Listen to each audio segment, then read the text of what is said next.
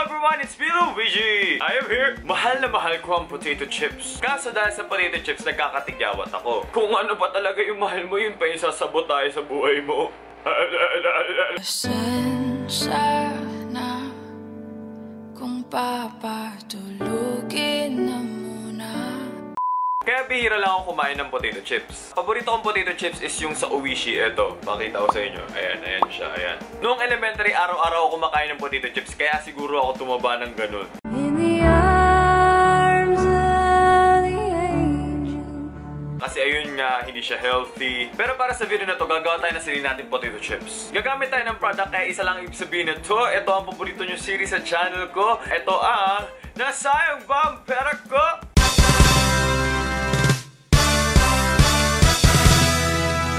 Ang product natin for today ay itong Happy Nibbles Chip Maker. Nibbles, di ba utong yun?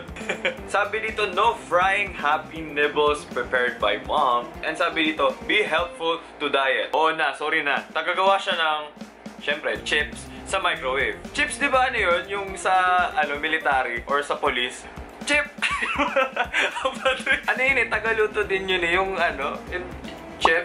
Padoy, putik, pinilit ka dire. Yun din yung sinasabi mo kapag masarap yung isang bagay eh. Chip. Padoy, putik. Anyway, nabili ko to sa Lazada for 299 pesos. Nakasale siya noon. And sabi dito, pwede mo siyang gamitin for pumpkin, sweet potato, carrot, lotus root, and di ba sa feng shui yun? And apples. So pwede ka gumawa ng iba't ibang klase ng chips. Pag binuksan yung box, meron tayong makikita chip tray, slicer, slicer tray, and clamp. Para gamitin doon, syempre kailangan nyo ng potato. Aba malamang, Diyos ko. So palit tayo ng location dun sa may table para magamit natin tong potato slicer or potato chip maker. Mali pala. So nandito na lahat ang kailangan natin. Ito yung patatas, ito yung product natin, nandyan. And syempre may kutsilyo ako and itong plate. So pinapakuluan ko muna siya 5 minutes. Natuto na ako sa patatas dahil marami sa inyo nag-comment sa french fry cutter ko na video na dapat pala pinakuluan ko muna yung patatas para madali siyang hiwain. So ito pinapakuluan ko na po. Thank you po sa mga nag-suggest na yun. Dito sa channel na to, isa rin po sa mga advocacy ng aking channel. We learn from our mistakes. Wow. So yan, 5 minutes. Yun, diyan ka muna. And habang pinapakulo ko tong patatas, hugasan ko na lang muna tong product para hindi po tayo ma-poison. Hinugasan ko na siya! So nahugasan ko na siya and nakapagpakulo na. Start na natin to. Kuha tayo ng patatas dito sa isa sa atin. Huwag nyo pong gagayan itong gagawin ko dahil ito po ay delikado. Ma!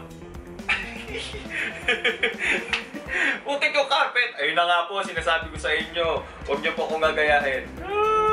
Samang ehemplo itong ginagawa ko, pero ayan. So, sabi dun sa instructions, hatiin mo na sa gitna. So, nahati na natin yan. And, ang gagawin, itong slicer, ikabit mo dun sa slicer tray. O, tama, slicer tray. Tapos, ang gagawin mo, itong patatas, lalagay mo dito. Itong clamp, lalagay mo dito para madali mong mahawakan yung.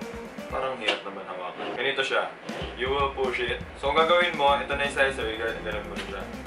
Nakatakot naman ito. Baka mamaya mahiwa ako. Pero ito, ganun ka lang. May nakukuha ba? Ako, mukhang mahihirapan tayo.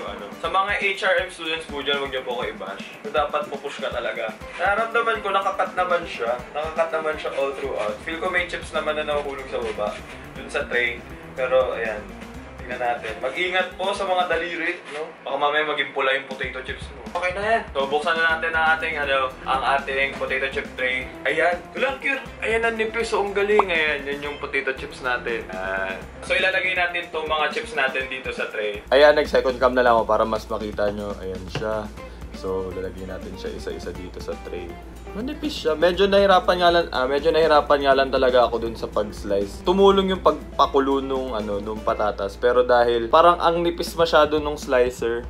Tingnan mo parang ang nipis masyado. Mahirap siya itulak. Parang ganun. Kung naintindihan niyo yung sinasabi ko. Ayan na, ito na ang ating lalagay natin sa microwave. 4 to 5 minutes natin siya ilalagay sa microwave and tingnan natin kung makagawa nga talaga tayo ng potato chips gamit lang itong product na to and microwave. Let's go, let's go. So tapos na siya, tinanggal ko na siya sa microwave and ilalagay na natin siya. Crunchy! And by the way, nilagay ko lang to, tinansya-tansya ko kasi Ang nangyari lang, parang 3 minutes lang siya nandun sa microwave. So, depende talaga sa settings sa microwave mo. Crunchy ah! Narinig nyo ba yung crunch na yun? So, ito po ang ating potato chips. So, try na natin siya. Ito, let's try. Ang harap!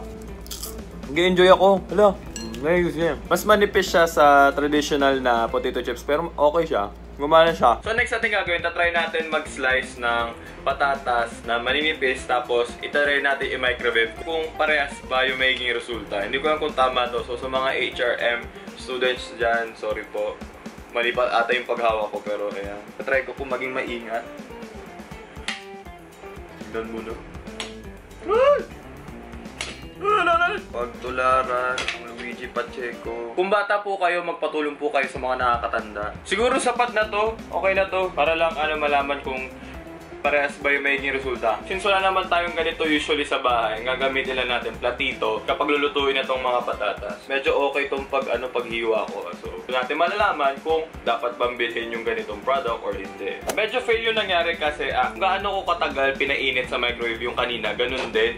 Tapos ang nangyari, tingnan nyo. Hindi ko nakikita nyo. Pero ayan, sunog. Feel ko ito talaga yung nagbe-benefit kasi feel ko mas even yung distribution ng heat. Tapos nung pagtanggal ko sa microwave ng plato, ang intong plato. Tapos kung nakikita nyo, pati yung patatas mismo, sobrang nakadikit dun sa plato. Nataas ko siya gamit lang yung patatas. Nakadikit talaga siya. Pero try natin magtanggal. Nakadikit talaga siya dun sa plato. Yan din, sunog na sunog. Safe ba to? Pero kalahati lang.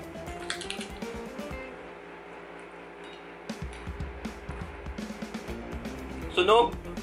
Teka. Sunog na sunog. Yan, ito, hindi to sunog. Ito, yan. Crunchy. So, ngayon tanongin na natin sarili natin kung nasayang ba ang pera ko?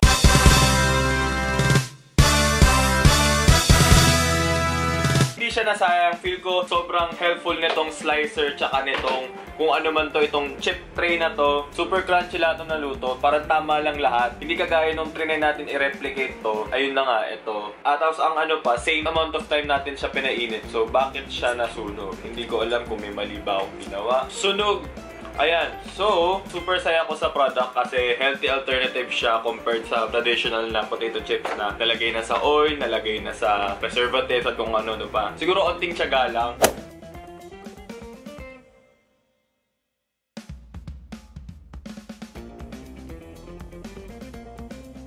So, ayun yung product natin for today. Sana na-enjoy nyo tong product na to. Nalagay ko sa baba yung link nung product sa description box below para if gusto nyo bilhin nyo. Kulay-pula na to. What? And yun lang para sa video ito. If gusto siya, give it a big thumbs up and subscribe to my channel for weekly videos. And goodbye. Thank you for watching. Bye-bye.